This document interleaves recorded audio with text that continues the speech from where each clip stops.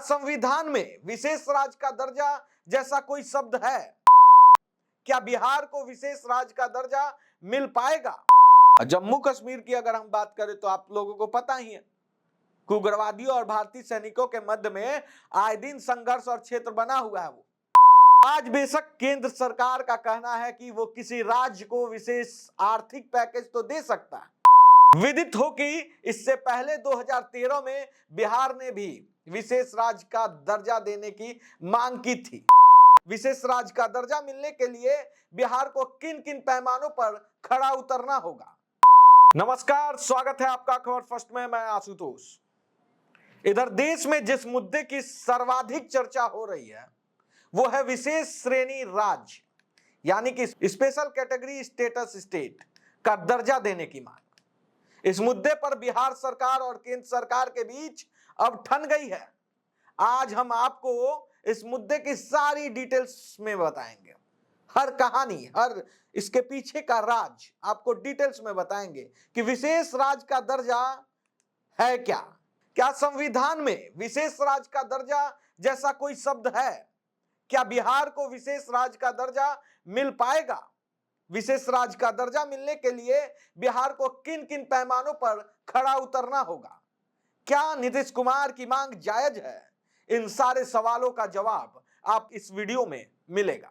विदित हो कि इससे पहले 2013 में बिहार ने भी विशेष राज्य का दर्जा देने की मांग की थी और वो मांग आज तक बिहार करते आ रहा है। इसके अलावा राजस्थान, झारखंड भी इस विशेष राज्य के दर्जा की मांग करते रहे हैं। क्या है विशेष श्रेणी राज्य का दर्जा? सबसे पहला सवाल आपके मन में यह उठता होगा कि भाई ये जो श्रेणी है क्यों है खास? क्योंकि केंद्र तो सबको बजट देती है, सबको पैसा मिलता है, विशेष पैकेज सबको मिलता है, फिर ये विशेष राज्य का दर्जा क्यों है खास? तो आज हम आपको बताएंगे विशेष श्रेणी का राज्य क्यों है जरूरी, क्यों हर राज्य विशेष श्रेणी में आना चाहता है। आज बेशक केंद्र सरकार का कहना है कि वो किसी राज्य को विशेष आर्थिक पैकेज तो दे सकता है, लेकिन विशेष श्रेणी राज्य का दर्जा नहीं दिया जा सकता। लेकिन पूर्व में किस राज्य को विशेष श्रेणी राज्य का दर्जा देने के लिए कुछ मापदंड तय किए गए थे कि कौन से राज्य ऐसे होंगे जिन्हें विशेष राज्य दर्जा दिया जा सकता है, जिनसे उनके पिछड़ेपन का सटीक मूल्यांकन कर उसके अनुरूप दर्जा प्रदान किया जा सकता है। किसे मिलता है यह मापदंड देने का अधिकार? सवाल यह भी उठता होगा आपके मन में। इसके मापदंड में उक्त क्षेत्र की पहाड़ी इलाके और दुर्गम क्षेत्र, पहाड़ी इलाका हो, दुर्गम क्षेत्र हो, आबादी का जो घनत्व हो वो कम होना चाहिए। मतलब कि उसी राज्य को विशेष राज्य का दर्जा मिलेगा जो सबसे पहले वो पहाड़ी इलाका होना चाहिए, आबादी में जो है घनत्व कम होना चाहिए, दुर्गम इलाका होना चाहिए, जनजातीय आबादी का अधिक होना चाहिए, पड़ोसी देश से लगे अंतर्राष्ट्रीय सीमा होना जरूरी है, तभी मिलेगा विशेष राज्य का दर्जा। सामरिक क्षेत्र में स्थित होना चाहिए, आर्थिक एवं आधारभूत संरचना में पिछड़ा होना और राज्य की आय की प्राकृतिक का निर्धारित नहीं होना शामिल था। मतलब कि उस राज्य का जो आय है वो प्रकृति की, मतलब जैसे आप वो राज्य फसल नहीं बो सकता हो, उस राज्य को किसी भी तरीके से प्रकृति से आय ना आता हो, मोटा पैसा, तभी मिलेगा विशेष राज्य का दर्जा। पूर्व में राष्ट्रीय विकास परिषद द्वारा निर्धारित प्रावधानों के अनुसार सामरिक महत्व की अंतर्राष्ट्रीय सीमा पर स्थित ऐसे पहाड़ी राज्य को विशेष श्रेणी राज्य का दर्जा प्रदान किया जाता था जिनके पास स्वयं के संसाधन स्रोत सीमित होते थे। मिला है ऐसे 11 पहाड़ी राज्य हैं जिनको आज तक विशेष राज्य का दर्जा मिला है, जिनमें अरुणाचल प्रदेश, असम, मणिपुर, मेघालय, मिजोरम, नागालैंड, सिक्किम, त्रिपुरा, जम्मू कश्मीर, हिमाचल प्रदेश, उत्तराखंड। आपको बता दें कि 1969 में हिमाचल प्रदेश को 1971 में, मणिपुर, मेघालय और त्रिपुरा को 1972 में, सिक्किम और अरुणाचल प्रदेश और मिजोरम को 1975 में तथा उत्तराखंड को 2001 में विशेष श्रेणी का दर्जा मिला है। अब तक देश में आप सोच सकते हैं कि इन तमाम राज्यों का जो मैं नाम लिया, इन राज्यों ने वो उस नियम का पालन किया, वो नियम के अधीन आता है। ये सभी राज्य, ये तमाम राज्यों में आपको बता रहा हूं, वो अंतरराष्ट्रीय सीमाओं से जुड़े हुए हैं, पहाड़ी क्षेत्र है, दुर्गम रास्ता है, लैंडस्लाइड होता है उन सभी इलाकों में, फसल कम होते हैं, तभी इनको विशेष राज्य का दर्जा दिया गया। अब तक देश में जिन राज्यों को विशेष श्रेणी का दर्जा मिला है, उसके पीछे मुख्य आधार उनकी दुर्गम भौगोलिक स्थिति है, वहां व्याप्त सामाजिक आर्थिक विषमताएं हैं। इन राज्यों में अत्यधिक दुर्गम पहाड़ी क्षेत्र होना और अंतर्राष्ट्रीय सीमा पर स्थित होने के कारण उद्योग धंधे लगाना मुश्किल है। इन राज्यों में बुनियादी ढांचे का अभाव है और ये सभी आर्थिक रूप से भी पिछड़े हैं। विकास के मामले में भी ये राज्य पिछड़ा है, इसलिए इनको दिया गया विशेष राज्य का दर्जा। अब बताइए कि ये जो आंध्र प्रदेश, बिहार, राजस्थान और झारखंड, ये अभी 4 राज्य हैं जो चाहते हैं कि विशेष राज्य का दर्जा मिल जाए।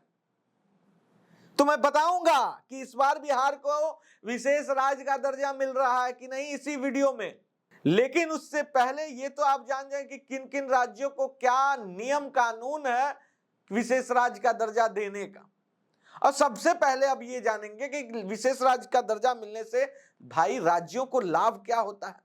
आपको बता दें सबसे पहले कि इन मापदंडों को पूरा करने वाला राज्य को केंद्रीय सहयोग के तहत प्रदान की गई राशि में 90% अनुदान और 10% ऋण मुक्त ऋण होता है, जिसमें ब्याज भी नहीं लगता।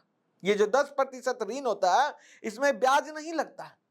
अन्य राज्यों को केंद्र सहयोग के तहत 70% राशि ऋण के रूप में और 30% राशि अनुदान के रूप में दी जाती है। लेकिन विशेष श्रेणी राज्य का दर्जा देने के बाद केंद्र सरकार ने इन राज्यों को विशेष पैकेज, सुविधा और टैक्स में कई तरह की राहत दी है। इससे निजी क्षेत्र इन इलाकों में निवेश करने वालों के लिए प्रोत्साहित होते हैं, जिससे क्षेत्र के लोगों को रोजगार मिलता है और इनका विकास सुनिश्चित होता है। अब सोचिए कि आप उत्तराखंड में हैं और उत्तराखंड, हिमाचल प्रदेश, इन सभी जगहों पे लैंडस्लाइड होते रहता है। कोई उद्योग लगाएगा? बिहार जैसा अगर टैक्स स्लैब वहां हो तो वहां हर दिन कोई ना कोई रोड टूटता है। तो राज्य को अगर विशेष राज्य का दर्जा नहीं दिया जाएगा तो ऐसे ही खत्म हो जाएंगे वो।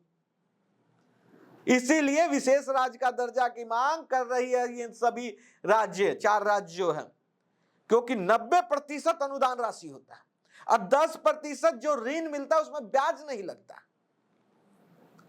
और वहीं अगर हम संविधान की बात करें तो संविधान के 12वें भाग के पहले अध्याय में केंद्र और राज्य के वित्तीय संबंध का उल्लेख है। क्योंकि बहुत लोग ऐसे हैं जो बोल रहे हैं कि संविधान के दायरे में रहकर करना चाहिए, केंद्र सरकार फलाना ढिकाना, बहुत सारा आवाज आए दिन आप मीडिया में देख रहे होंगे। तो आज मैं आपको बताऊंगा कि संविधान क्या कहता है। क्या संविधान में कहीं लिखा हुआ है विशेष राज्य का दर्जा? बात इस पे करेंगे। हमारे संविधान में किसी राज्य को विशेष श्रेणी राज्य का दर्जा देने का कोई प्रावधान नहीं है, लेकिन देश के कुछ हिस्से अन्य राज्यों की तुलना में संसाधनों के मामले में पिछड़े हुए हैं। इसलिए ऐसे राज्यों को केंद्र ने विशेष श्रेणी राज्य का दर्जा दिया है। अगर संविधान की बात कीजिएगा तो संविधान में ऐसा कहीं कुछ नहीं है, लेकिन राष्ट्रीय विकास परिषद कम जनसंख्या घनत्व या बड़ा आदिवासी बहुल इलाका, पहाड़ी और दुर्गम क्षेत्र, अंतर्राष्ट्रीय सीमा, कम प्रति व्यक्ति आय और गैर कर राजस्व की कमी के आधार पर ऐसे राज्यों को की पहचान करता है। और एक बात मैं आपको बता दूं, संविधान के भाग 21 के अनुच्छेद 371 से लेकर 371 जे तक 12 राज्यों महाराष्ट्र, गुजरात, असम, नागालैंड, मणिपुर, आंध्र प्रदेश, तेलंगाना, सिक्किम, मिजोरम, अरुणाचल प्रदेश, कर्नाटक और गोवा के बारे में विशेष प्रावधान इन सभी राज्यों के लिए किया गया। तो सबसे पहली बात, अब एक सवाल आपके मन में उठता होगा कि भाई विशेष दर्जे वाले राज्य और विशेष श्रेणी राज्य में अंतर क्या है? बहुत बड़ा अंतर है, जिससे देखिए यही मैं बोलता हूं कि सोशल मीडिया पे आप जो भी देख रहे हैं ना आज के डेट में, भ्रम दिखाया जाता है, डिटेल से एनालिसिस होता ही नहीं है कि भाई जो मेरा व्यूअर है, देख रहा है, उसके मन में सवाल उठ रहे होंगे, उस सवाल का जवाब तो दीजिए। लेकिन आज जो विशेष राज्य का दर्जा है, विशेष श्रेणी राज्य में क्या अंतर है, यह भी मैं आज आपको बता देता हूं। संविधान के तहत बताऊंगा जो लिखा हुआ। संविधान के अनुच्छेद 370 के अंतर्गत जम्मू कश्मीर विशेष दर्जा, स्पेशल स्टेटस प्राप्त भारत का एकमात्र राज्य है। विशेष राज्य का दर्जा संसद के दोनों सदनों में 2/3 बहुमत से पारित अधिनियम के जरिए भारत के संविधान में किया गया प्रावधान है। सबसे पहले आप समझिए कि संसद के जरिए यह किया गया प्रावधान है। और जम्मू कश्मीर का विशेष राज्य का दर्जा, जम्मू कश्मीर भारत के अन्य राज्यों की तरह नहीं है, क्योंकि इससे सीमित संप्रभुता प्राप्त की है और इसलिए इसे 1969 में विशेष राज्य का दर्जा दिया गया। लेकिन जम्मू कश्मीर ने भारत के अधिराज्य को स्वीकार करते हुए सीमित संप्रभुता हासिल की थी और अन्य देशी रियासतों की तरह भारत के अधिराज्य के साथ उसका विलय नहीं हुआ था। इसलिए इसका विशेष दर्जा अन्य ऐसे राज्यों से कुछ अलग है जिन्हें विशेष श्रेणी के राज्य का दर्जा मिला हुआ था। लेकिन अब बदल गया, 370 हटा दिए गए हैं, ये तो मैं समझाया आपको। लेकिन अब ना 35 है ना 370 है, तो अब जम्मू कश्मीर भी जो है स्पेशल स्टेटस नहीं है उनका। इस बात को भी आप याद रखिएगा।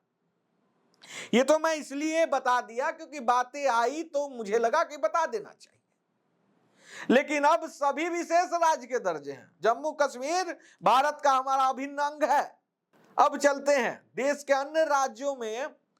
और जो पहले था कि जो स्टेटस, स्पेशल स्टेटस वाले राज्य होते थे, जैसे जम्मू कश्मीर हो गया, देश का जो अन्य राज्य में जो लागू होने वाला केंद्रीय कानून था, इस राज्य पे लागू नहीं होता था 370 के हिसाब से। इसके लिए राज्य सरकार की सहमति होनी जरूरी होती थी। रक्षा, विदेश नीति, संचार और वित्त के मामले में ही भारत सरकार का दखल होता था। केंद्र सरकार संघीय और समवर्ती सूची में आने वाले विषयों पर जम्मू कश्मीर के लिए कानून नहीं बना सकती थी। 370 रहने तक मैं बता रहा हूं, लेकिन अब तो ना 370 है ना 35 है, इसलिए ये सारी चीजें पहले लगती थी, अब नहीं। इस कॉन्सेप्ट को भी क्लियर कर लीजिए। इसी स्पेशल दर्जे में के कारण जम्मू कश्मीर की कुछ ऐसी विधायी और राजनीतिक शक्तियां भी मिली हुई है जो अन्य राज्यों को प्राप्त नहीं थी, जिसके कारण बहुत सारी चीजें हुई जम्मू कश्मीर में। 370-35 से अगर नहीं हटाया जाता तो बहुत सारा चीज हो सकता था। ये महबूबा मुफ्ती जो है, इन लोगों ने कम भ्रम नहीं फैलाया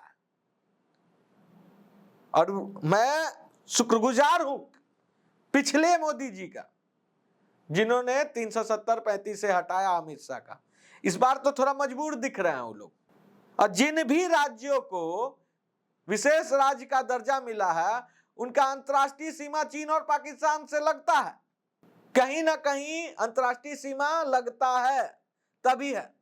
जम्मू कश्मीर की अगर हम बात करें तो आप लोगों को पता ही है, उग्रवादियों और भारतीय सैनिकों के मध्य में आए दिन संघर्ष और क्षेत्र बना हुआ है। वो राज्य में पहले तो अफसपा लागू था।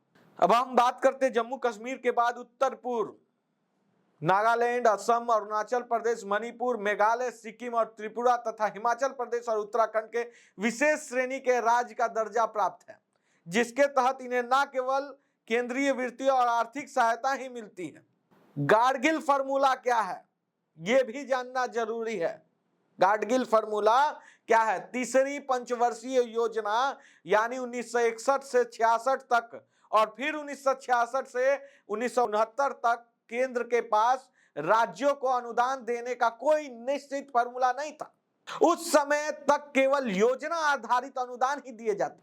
1969 में केंद्रीय सहायता का फार्मूला बनाते समय पांचवें वित्त आयोग ने डी.आर. गाडगिल फार्मूला का अनुमोदन करते हुए 3 राज्यों को विशेष श्रेणी राज्य का दर्जा दिया, असम, नागालैंड और जम्मू कश्मीर को।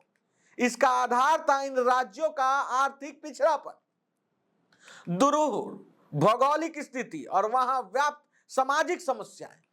इसके बाद के वर्षों के में पूर्वोत्तर के शेष 5 राज्यों के साथ 3 अन्य राज्य को भी यह दर्जा दिया। तो अब सवाल उठता है कि क्या है डी.आर. गाडगिल फार्मूला? भैया इसे भी देश जानना चाहेगा आज। तो विशेष श्रेणी के राज्य की आवश्यकताओं को पूरा करने के बाद जो संसाधन बच जाता है, उन्हें 60% जनसंख्या के आधार पर, 25% राज्य की प्रति व्यक्ति आय के आधार पर और 60.5% राजकोषीय प्रदर्शन के आधार पर और 7.5% इन राज्यों की विशेष परिस्थितियों के आधार पर वितरित किया जाता है। यही है ये फार्मूला। अब देखिए, कई राज्य जो अभी कर रहे हैं विशेष राज्य का दर्जा मांगने का जो एक फार्मूला तैयार किया गया, इसमें आंध्र प्रदेश ने एक विशेष श्रेणी राज्य का दर्जा देने की मांग की है। पीछे तर्क क्या दिया है ये भी सुन लिया जाए।